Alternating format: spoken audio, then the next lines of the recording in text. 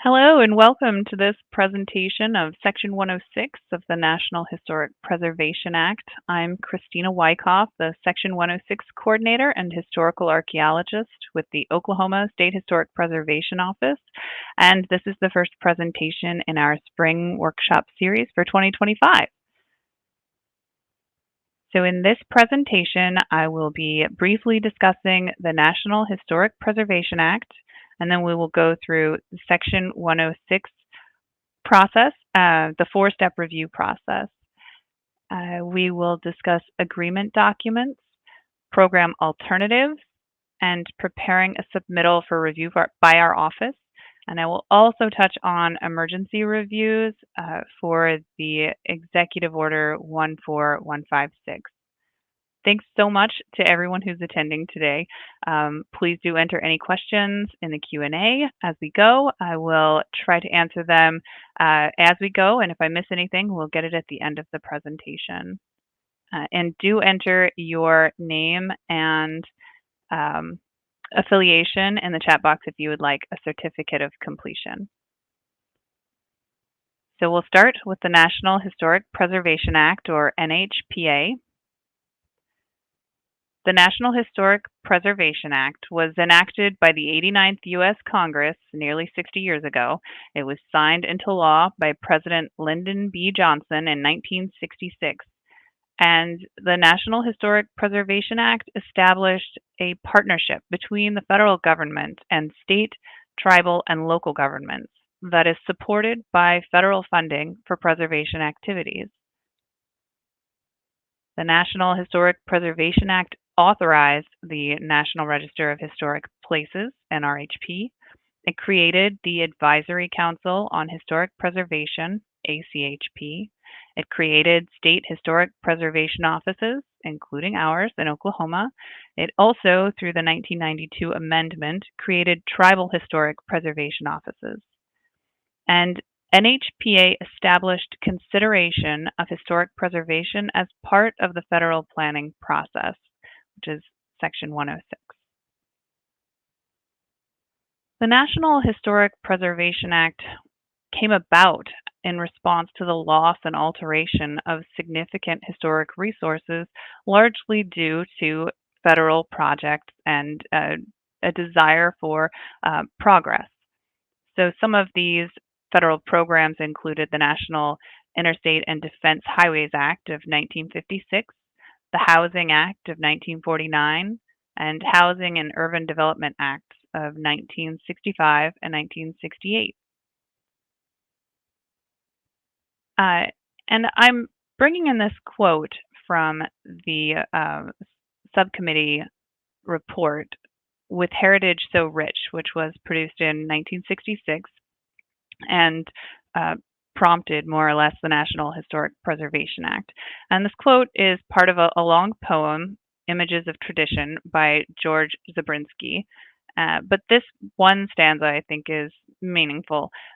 Without some relics, the total past becomes less than a myth, neither useful nor believable, but only a sense of unknown loss of knowledge which might exist, a vanished world left for conjecture of imagined cities in the sun. And the National Historic Preservation Act has a lot of beautiful language in it that expresses the importance of preserving some of our historic resources, elements of our past that exist in the present that we can see and touch and enter. And so I'm just going to include a few of these quotes now. The spirit and direction of the nation are founded upon and reflected in its historic heritage. The historical and cultural foundations of the nation should be preserved as a living part of our community life and development in order to give a sense of orientation to the American people. Historic properties significant to the nation's heritage are being lost or substantially altered, often inadvertently, with increasing frequency. And so this is in 1966, but of course is also continues to be relevant to us today. We continue to have these federal projects, but through the National Historic Preservation Act in Section 106, we have the ability for the public and interested parties to speak up on behalf of these resources that matter to us. So in order to carry out our federal preservation programs in Oklahoma, we follow the regulations, standards, and guidelines of the National Park Service and the regulations and guidance of the Advisory Council on Historic Preservation. And we're going to look now at the Section 106 process. So Section 106 of the National Historic Preservation Act. Section 106 of NHPA gives communities, preservationists, and the public a voice in the federal planning process. Federal projects can and do impact significant resources. And with Section 106, we have an opportunity to advocate for important resources before they're demolished. Section 106 requires federal agencies to consider the effects their projects may have on historic properties. And to clarify, a historic property is any building, structure, object, site, or district that is listed on or eligible for listing on the National Register of Historic Places.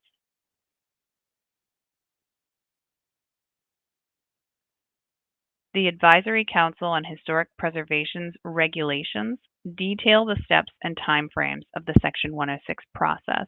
And if you look on the right side of your screen, you'll find handouts available. I've included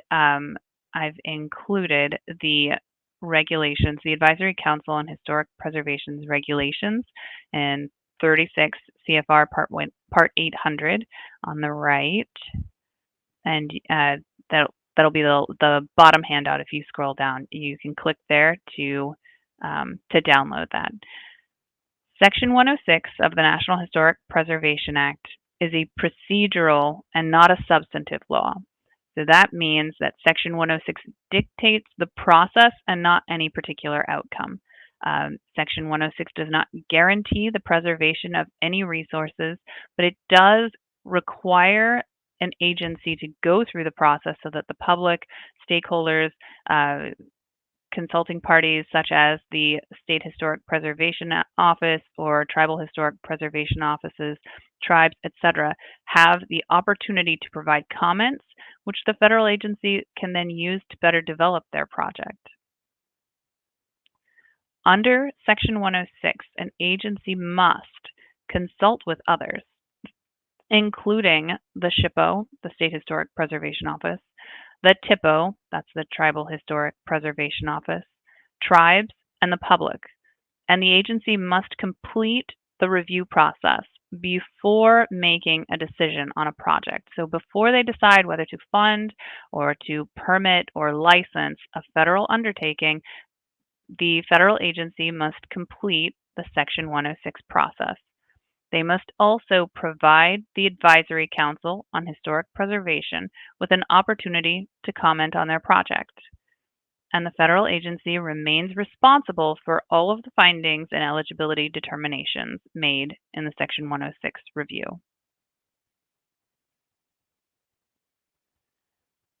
I will include this slide, just a note on anticipatory demolition, which is discussed in the National Historic Preservation Act under Section 110K. Anticipatory demolition prohibits a federal agency from granting a loan, permit, license, or other assistance to an applicant who, with intent to avoid the requirements of Section 106, intentionally, significantly adversely affected a historic property to which the grant would relate, or having legal power to prevent it, allowed such significant adverse effects to occur prior to the completion of a Section 106 review. And this section is intended to prevent applicants from damaging a historic property prior to completion of Section 106 review. So if somebody knows that there's something that might be important in their project and they think that it's in some way going to hinder the execution of their project, and so they make an effort to remove that significant property, to destroy it, to damage it, etc., that is prohibited, and by doing so, an applicant would risk all of the federal funding or permitting for their project. So don't begin demolition, construction, or any other work on a federal project prior to completion of the Section 106 review by the federal agency. And we will go through what all the steps are. Quickly, though, we'll hit on a couple of definitions. In Section 106, we talk about the area of potential effect, which is effectively your study area, but this is the language we use in Section 106.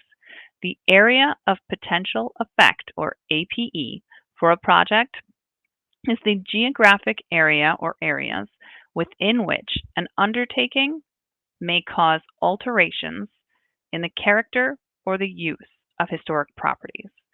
So you're defining the area that we're looking at for this review.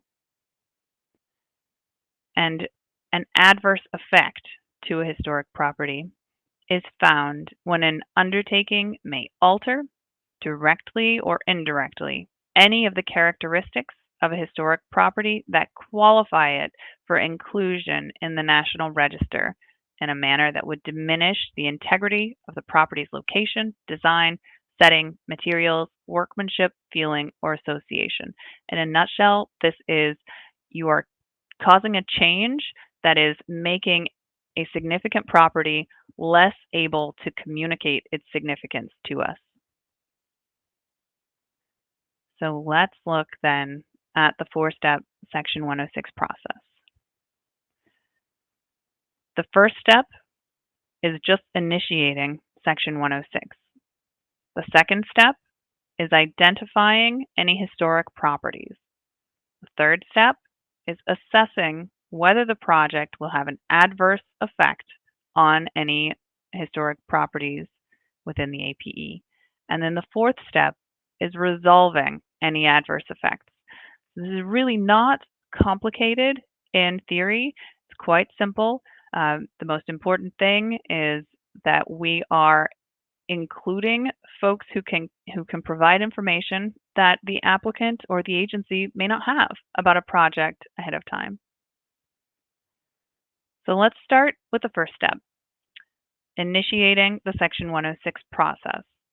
This step is about identifying what the project is and who should participate in the Section 106 review. In this step, we will define the project. We will determine whether it is an undertaking. We will identify who the responsible federal agency is. We will identify who the consulting parties are, and we will determine who can initiate the Section 106 consultation. Those are the things we'll do. Let's take a look at each of those. So a federal undertaking is a project that involves federal funding, federal lands, a federal license or permit, or other federal assistance. Essentially, is the federal government involved in this project? And if they are, and you're uncertain as to whether this is an undertaking, the federal agency is responsible for making that determination, for determining if a project is a federal undertaking subject to 106. But the easy way to know is the federal government doing something? Are they paying for this? Is it happening on their land? Do they have to provide a permit, etc.? So I have a poll here, and I'm going to open it. On the right side of your screen, if you click on polls, you'll be able to give your answers here. So I'm going to ask this question, and we'll read through it, and then respond with as many of these as you believe would meet that federal undertaking requirement. So which of these projects are likely subject to Section 106? A, home rehabilitation using grant funding through the Department of Housing and Urban Development. So a person is wanting to replace their windows or do some paint rehab, and they're using funds from the Department of Housing and Urban Development, or HUD. B, construction of a privately funded housing development on private land that may impact a wetland environment and requires a U.S. Army Corps of Engineers permit. C, construction of a new cell tower that requires permitting through the Federal Communications Commission. D, roadway improvements using Federal Highways Administration funding. And E, privately funded rehabilitation work at a home listed on the National Register of Historic Places. And I see we've got a few responses. I would love it if some of the rest of you could just answer this question for me quickly. You can pop in and see if you can give me your thoughts. Which of these projects, based on what we've just talked about, would be subject to Section 106 review? Okay, so let's go through them. A, home rehabilitation using grant funding through HUD. Yes, that would likely be subject to Section 106 because the Housing and Urban Development is providing funds. So federal funding is being used, and that would be the federal nexus for that project. B, construction of a privately funded housing development on private land that may impact a wetland environment and requires a U.S. Army Corps of Engineers permit. Yes, that would also be subject to 106 because of the federal permitting involved. The private funding for the development and the private land would not require would not require Section 106 review, but once you have that federal permitting, then your project would be subject to Section 106. Construction of a new cell tower requiring an FCC permit. Yes, the Federal Communications Commission permitting would mean that that project is subject to Section 106 review. Roadway improvements using funding through Federal Highways Administration. Again, the federal agency is providing funding for that project, and so the federal funds are what make that project subject to Section 106 review. And then E, privately funded rehabilitation work at a home listed on the National Register of Historic Places. This is my trick question because in this instance, we do know that there's a historic property. However, as there is no federal involvement, this project would not require Section 106 review. We would love to be involved and to help you make sure that your home rehabilitation is done in a way that preserves its historic character, but this would not be subject to Section 106 review. And do send any questions if any of that is unclear. So let's go back into step 1 of the Section 106 process, initiating the process. We defined our project. It was one of the ones we've just spoken about. We've determined that it was an undertaking because it had federal funding or federal permitting. We need to identify the federal agency and the consulting parties. It's our next step. So who are we going to be consulting with for this project? We will be consulting, or you will be consulting with our office, the State Historic Preservation Office, or a Tribal Historic Preservation Office. And which of those parties you consult depends on the property where your project is occurring. So with the 1992 amendments to the National Historic Preservation Act, tribal historic preservation offices may assume some or all of the duties for historic preservation on tribal lands that a SHPO would perform on private, state, or federal lands. So you would need to identify the appropriate tribal historic preservation office if your project is occurring on tribal lands, and you can find information on the tribal historic preservation offices in the state through the Park Service website or through NHPA. We also have a page on our website, okhistory.org, SHPO Tribal 106, that includes contact information for tribes with interest in who have indicated interest in Oklahoma, mostly tribes in Oklahoma, but then there are also tribes who've asked to be consulted. So you can find that link also in the handouts and on the right-hand side of your screen. See. You can also find more information on consultation with Indian tribes through there's a handout from the Advisory Council on Historic Preservation that I've included. It's actually a website with multiple documents available. It has a lot of great information. So sometimes a project may be occurring on tribal land, and the official with jurisdiction would be the Tribal Historic Preservation Office, the THPO. But the SHPO may still have a role in this project. So when a project is on tribal lands, when does the SHPO have participate in any way? The Tribal Historic Preservation Officer can invite the SHPO to participate in consultation for any project that they are the official with jurisdiction on. The SHPO may also participate if an undertaking on tribal lands would have an effect on historic properties that are located off tribal lands. Let's say that there's a cell tower being constructed on tribal lands, but the area of potential effect extends outside of tribal lands and into state-owned lands or private-owned lands, and there is a historic property present on those lands. Then the SHPO would also be involved in consultation. The SHPO could also participate if a private property owner who owns lands within the exterior boundaries of a reservation requested the SHPO to participate in consultation. And in those instances, the SHPO's consultation would only be in regard to that private property. With step one, we're initiating the Section 106 review process.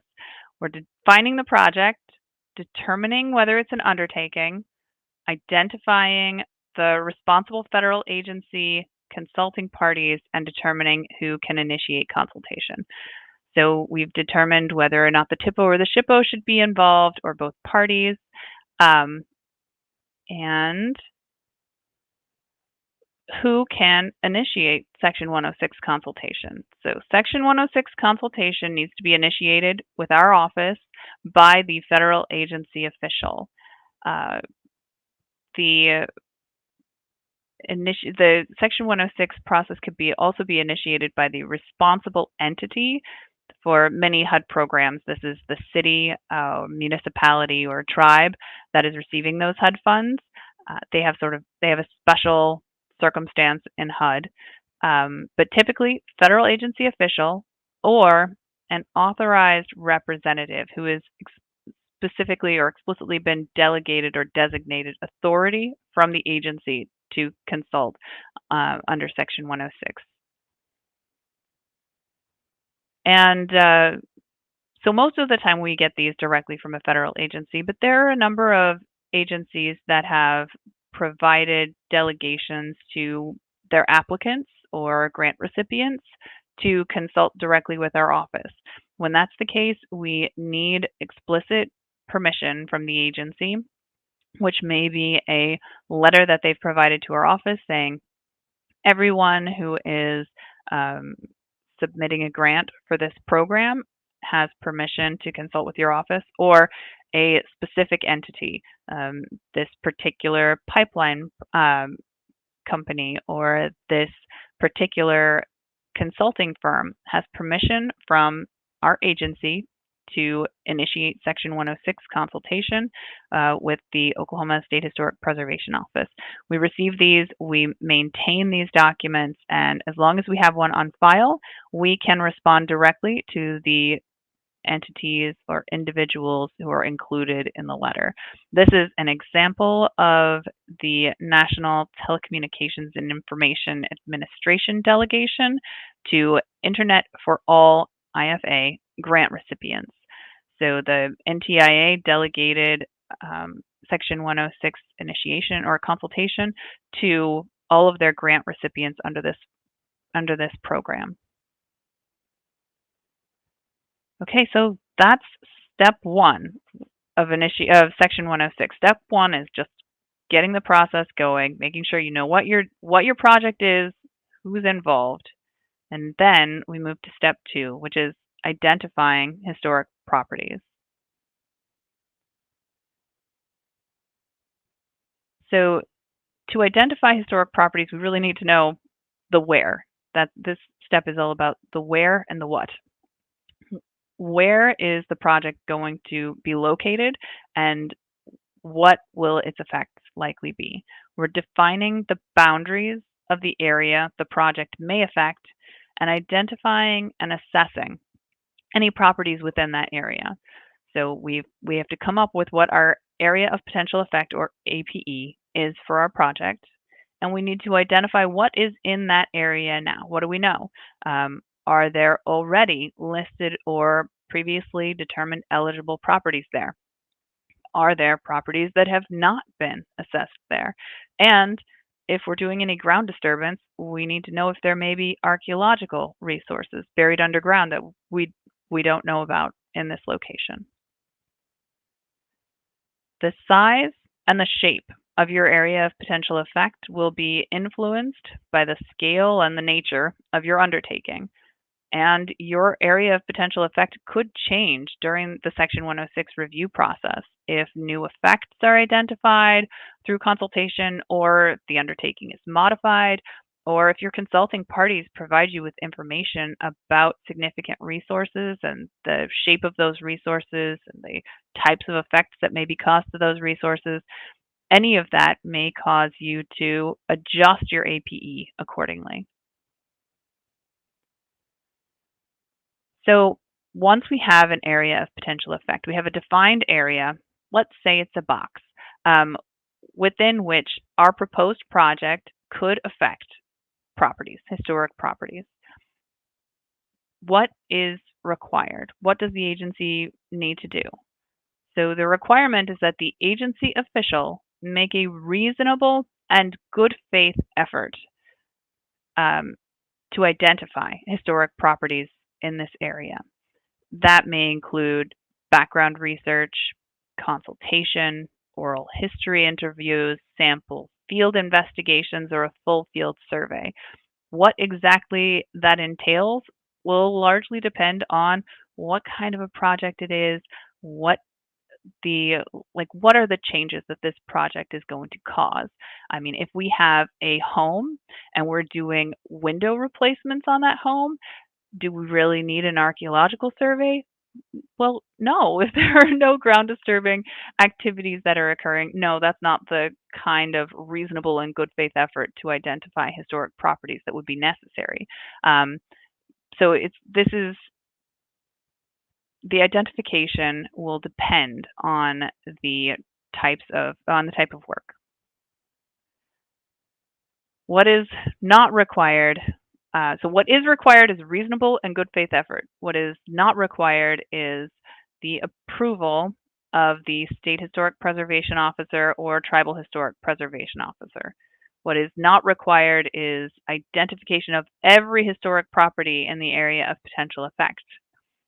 Also not required are any investigations outside of or below a properly documented area of potential effect, and also not required ground verification of the entire area of potential effect. We acknowledge there are some very large projects that the federal agencies will participate in, and it may not be possible for them. In fact, it's often not possible for an agency to fully assess an area for any type of historic properties that may be present. Think about archaeological resources that could be very deeply buried for a project that would be maybe constructing some sidewalks, or maybe adding signage. So an area of potential effect is defined based on your project, and the identification of properties within that APE is based on your project.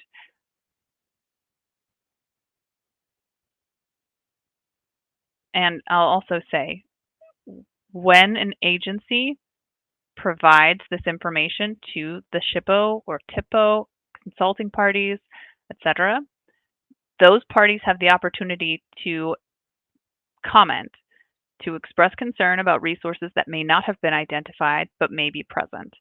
So there is a voice, the community has a voice and an ability to advocate for resources that the agency might not have been aware of or might not have thought to look for. So identifying historic properties in the APE. When resources are identified in your area of potential effect, then they need to be evaluated for their historical significance and integrity. We need to know, because Section 106 deals with historic properties, we need to know if the properties in your APE are historic properties. So you would apply the National Register criteria to determine if the properties are eligible. And if you don't know how to do that, you would likely be hiring a consultant who does, but you can also watch my colleague Michael May's presentation tomorrow on the National Register. So there are two possible outcomes from step 2 of the Section 106 process. Step 1, we initiated the process. Step 2, we're identifying historic properties. So the options are either that historic properties are present or historic properties are not present. And so if, I don't particularly like this, so are historic properties in the APE, are historic properties affected or are they not affected? If there are no historic properties affected at the end of this step 2, then the agency or the delegated authority will consult with all of the appropriate parties, provide their opinion that there are no historic properties affected by the project, and if they receive concurrence, if everyone agrees, then the Section 106 process would be completed. We do not have to go through all 4 steps if there are no historic properties identified or affected within the area of potential effect. However, there may be historic properties present, and so we would have to address what kind of effect occurred to those properties. So if there are no historic properties affected, we're done. If there are historic properties affected, then we move on to step 3, which is assessing what those effects to historic properties would be. So we need to assess whether the project will have an adverse effect on any historic property if we have identified historic properties in our area of potential effect. To do this, we would apply the criteria of adverse effects found in 36 CFR 805A1. We would consult with the SHPO, the TIPO, tribes, and other parties on those adverse effects, on the potential for these to be adverse effects, and we would involve the public. Again, an adverse effect is found when an undertaking may alter directly or indirectly any of the characteristics of a historic property that qualify the property for inclusion in the National Register in a manner that diminishes the property's location, setting, materials, workmanship, feeling, or association. Those are the aspects of integrity. So if your project is going to make a change to a historic property that will make it so that historic property is less able to communicate its significance, that is an adverse effect. And then we'll go through some of these adverse effects.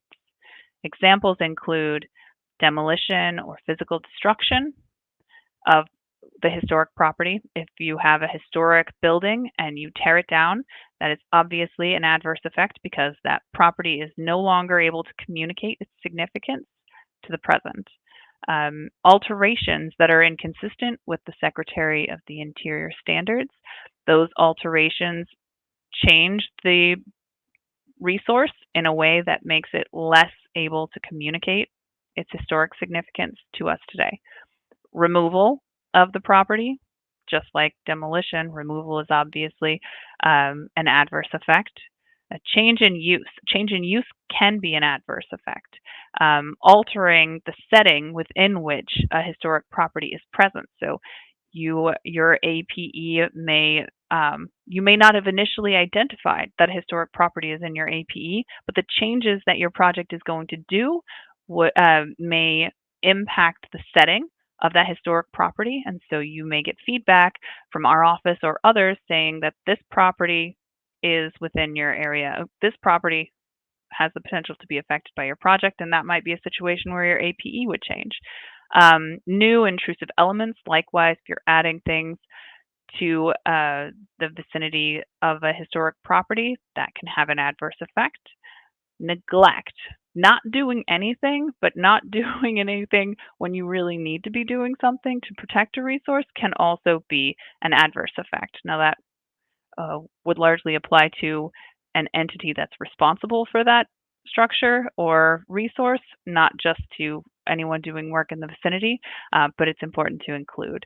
And then transfer out of federal ownership is also an adverse effect. And the reason that transfer out of federal ownership is an adverse effect is because the Section 106 process only applies when there's federal involvement in a project.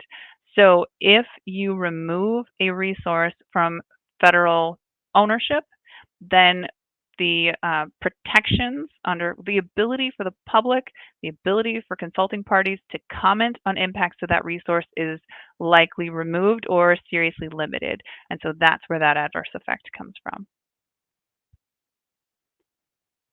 So just like with the last step, there are two possible conclusions at the end of step 3.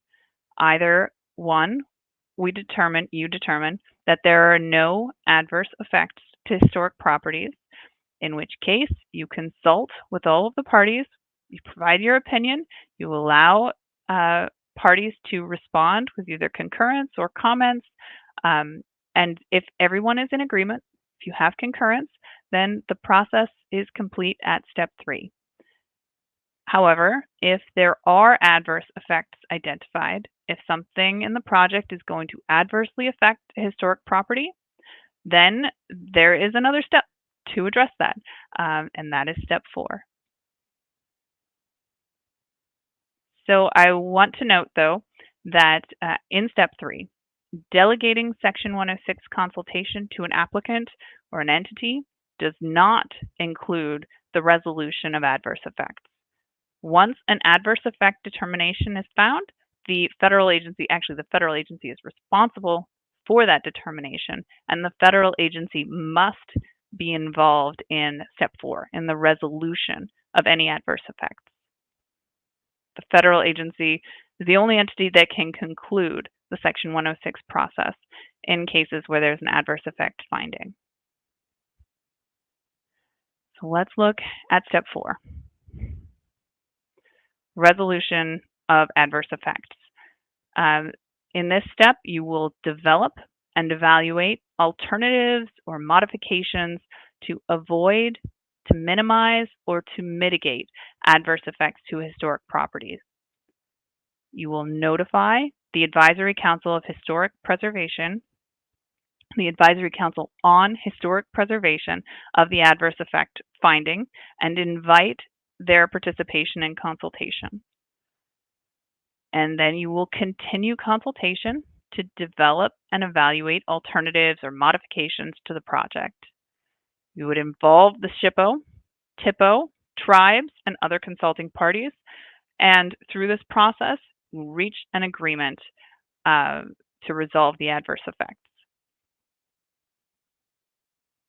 Remember, delegating Section 106 consultation to an applicant does not include the resolution of adverse effects to historic properties, that the federal agency maintains responsibility for all findings and eligibility determinations, and they are the only entity that can conclude the Section 106 process in cases of adverse effect findings.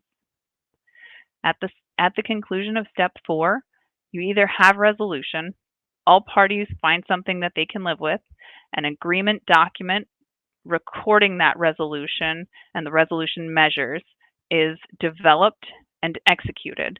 So the relevant parties would sign, the federal agency would sign, committing to whatever they're going to do to resolve the adverse effect to historic properties. Or If parties cannot reach an agreement, which is rare but does happen, the federal agency would then have to obtain formal advisory comments from the Advisory Council on Historic Preservation. Those comments must be considered by the agency in determining whether the project would proceed. And the federal agency documents every step of this process to show their work, to show that they have followed the Section 106 process, and to protect themselves from litigation. So the step 4 of the Section 106 process, resolving adverse effects, involves the development of an agreement document. There are other types of agreement documents, and we're just going to talk about them all right here. So agreement documents are legally binding documents in which the project, the lead federal agency, other signatory parties, and everyone's roles are identified, and stipulations are explicitly described, and responsible parties are identified. You can find all of the agreement documents that the Oklahoma SHPO has signed on our website at okhistory.org, SHPO agency agreements. This is also a link in the handouts that you can access. These agreement documents are really helpful if you need some template language, if you need to see how somebody has resolved an adverse effect in the past. You can look there for guidance and see what has met with our what we have agreed to with previous projects. There are two primary types of agreement documents: a memorandum of agreement, which is used to document the mitigation of known or defined adverse effects of a federal undertaking, and a programmatic agreement, which is used to document multiple or complex undertakings where the effects may not be able to be understood or determined in advance of continuation of the project. Programmatic agreements can also be used to document federal agency programs and to handle routine maintenance so that an agency can have a sort of an instructional manual on how Section 106 is handled, and not have to submit every single project individually for review. If they have this document in place, they can follow the document. It's consultation, it's Section 106 consultation in advance for a whole series of types of projects. If you would like some guidance on drafting agreement documents, you can check out a video of one of our presentations from last May on our YouTube channel. And that would be drafting and executing Section 106 agreement documents with OKSHPO. So I'm also going to talk for a moment about program alternatives. And so you can find information on program alternatives on the Advisory Council on Historic Preservation's website. Program alternatives are just what they sound like. It's an alternative way of dealing with Section 106. They include programmatic agreements. Nationwide programmatic agreements are included in that, and prototype programmatic agreements. They include exempted categories of actions, standard treatments, program comments, and alternate procedures. And I've put a few asterisks on some of these that I'll look at for a moment. So nationwide programmatic agreements are programmatic agreements that are signed by the Advisory Council on Historic Preservation or developed by the Advisory Council on Historic Preservation and are applicable nationwide. You can find these agreements on the Advisory Council's website, and I've included the link in this slide, but it's also really easy to just search achp.gov. Exempted categories are another alternative that exempt an entire category of undertaking where the effects to historic properties are either known or are not significant, according to the Advisory Council on Historic Preservation. And you can find these here. Some of these include the interstate highway system exemption, gas pipelines exemption, the electric vehicle supply equipment exemption, etc. Program comments. An agency can request that the advisory council comment on a category of undertakings in lieu of commenting on a case-by-case basis. And so the advisory council has a series of these program comments on their website. These are also program alternatives, and they may be applicable to you. I do recommend that you review that you review all of these program alternatives on the advisory council's website to make sure that you understand when there may be exceptions or exemptions for Section 106 reviews. There are a couple of recent Advisory Council on Historic Preservation program comments from last year specifically. We have the Advisory Council on Historic Preservation's program comment for federal communications projects, which was executed in March of 2024. This program comment can be used by federal agencies when they're deploying communications activities. Federal agencies using the program comment may fulfill their Section 106 responsibilities for the relevant undertakings by implementing the terms of this comment, which include processes for identification of historic properties and consideration of effects. The program comment also identifies certain undertakings that require no further Section 106 review under specified conditions. You may want to review that to see if your project includes some of those exempted areas. And then if that is the case, you would submit your project for the review only of the non-exempted areas. And we do have a guidance document that we've developed and included in the handouts for if you are using this program comment, and how to submit your reviews for the unexempted portions of your project to our office.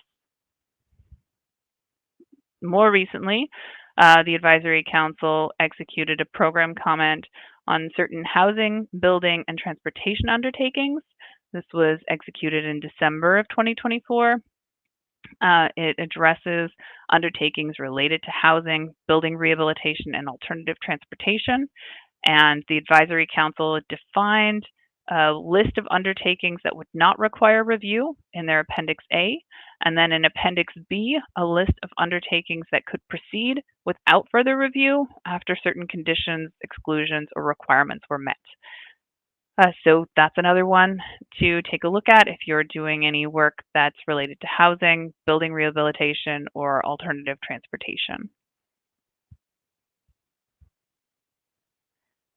So now I'm going to discuss your submittals to our office. Preparing a submittal for our review, we are still requiring hard copy submittals. Every time I do this presentation, I tease everyone with our future Section 106 portal, which we are working on very hard, and we do hope to be implementing soon. But once it's live, we will do another training and show you how to use it. It is not live yet. So at this time, we do require hard copy submittals. We need to know for your project, on the left I've included, we need to know who, so we need to know the federal agency and or program. We need to know what, we need to know a description of your project, and we need to know where. Those are the big three. So who, what, and where. For most projects, that's really what we need. But this is a simple list of all of the things that we expect to receive. For the where, we need precise location information. We need you to tell us the county. That's how we track these things. Legal location, that's the section, township, and range. GPS coordinates. I love GPS coordinates. They make it really easy for me to review. Or street address. Lots of building, lots of home renovations, these kinds of works, or these kinds of projects, or IHS projects, that type of work. A street address is perfectly wonderful. So that gets us right where we need to be. However, keep in mind that some street addresses in rural places in Oklahoma may not be as easy to find. And so GPS coordinates can still be really useful. We do need a map for each of your projects. Whatever your project is, we still need a map for our file. And if there are any resources in your area of potential effect, we do need forms for those resources if they're of age. So you have your area of potential effect. Please make it clear. Like I said before when we discussed step 2, we need to know the area within which you believe your project may have effects so that we can comment and let you know if we don't think that's appropriate. If you send us a map that's just an aerial and maybe has a pin where your project location is going to be occurring, we have to make a number of assumptions in order to respond to your request. And so we may be including a larger area than you anticipate in our review. So it is helpful if you can provide boundaries. And if there are any buildings that are immediately adjacent to your pin or in your area of potential effect, we need to know if those buildings, bridges, structures, whatever, are 45 years of age or older. Because once they hit the 45-year mark, that's when we're responsible for review of whether those resources may be historic properties. We have forms on our website. I can send you the links to those if you have any questions. You can check out Mike May's presentation on the National Register and find all kinds of great information on that. But yes, basically, we need to know who the federal agency is and the program is, what you're doing, what is the project description, and where is the project occurring. I've also included in the handouts our OKSHPO consultation form. This form, you don't have to use it, but it is essentially a helpful checklist. Make sure we have the address that we're for the contact information for the federal agency, for the applicant if they're different. Make sure we know whether or not there's ground disturbing activity occurring, so we know whether or not the Oklahoma Archaeological Survey needs to be involved in this review. Make sure we know if there are any buildings in your area of potential effect and how old they are. That information should all be included. When your project will involve ground disturbance, and I mean any kind of ground disturbance, you also need to be submitting your packet, your review packet, to the Oklahoma Archaeological Survey. They maintain the Oklahoma Archaeological Site Files, and they assist our office by commenting on project effects to pre-contact archaeological resources. So this does mean that if you have an archaeological report, we need 2 copies of it, one to go to them and one to go to us, so that I can review for post-contact archaeological resources and they can review for pre-contact archaeological resources. Likewise, I do need site forms if you are documenting or if you've included newly documented archaeological sites, you'll need to send them to both of our offices. This is again until the portal is live. We do have a 30-day review period, 30 calendar days from receipt of adequate documentation to respond to Section 106 requests. We do get thousands of requests for review annually, and we do respond always. Our office always responds within that 30-day time frame. We are responding well within that 30-day time frame, and we will respond if you submit a project to us. If for some reason you have not received a timely response, please reach out to confirm receipt of your submittal. And once our portal is live, you will have information on when your submittal was provided. That information will be documented so you'll know what the review time is and where you are in the process. If you thought you sent something to our office but it was never received, that does not, you've not met your obligations under Section 106. We have to have actually received your documentation in order to be able to comment on it. If we don't receive it, that's not adequate. And remember that the 30-day clock begins on the date the documentation is received in our office. Now I want to touch on the emergency reviews. So there have been some executive orders, including Executive Order 14156. And if a federal agency has determined that your project complies with that executive order, we will be accepting that documentation via email.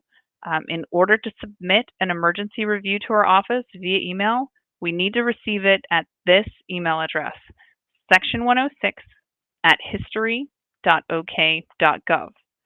And the Oklahoma Archaeological Survey needs to receive this to two email addresses, which are listed here, oascap@ou.edu and katywilliamson@ou.edu. Your subject line should include National Energy Emergency, and your email must be submitted by the federal agency or delegated authority. And OKSHPO and OAS will respond in our allotted time.